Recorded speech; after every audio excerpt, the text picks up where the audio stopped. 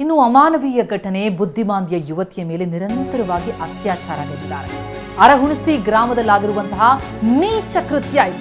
ಗದಗ ಜಿಲ್ಲೆ ರೋಣ ತಾಲೂಕಿನ ಅರಹುಣಸಿ ಗ್ರಾಮದಲ್ಲಿ ಚಾಕ್ಲೇಟ್ ಕೊಟ್ಟು ತಿಂಡಿ ಆಸೆ ತೋರಿಸಿ ನಿರಂತರವಾಗಿ ಅತ್ಯಾಚಾರ ಮಾಡಿದ್ದಾರೆ.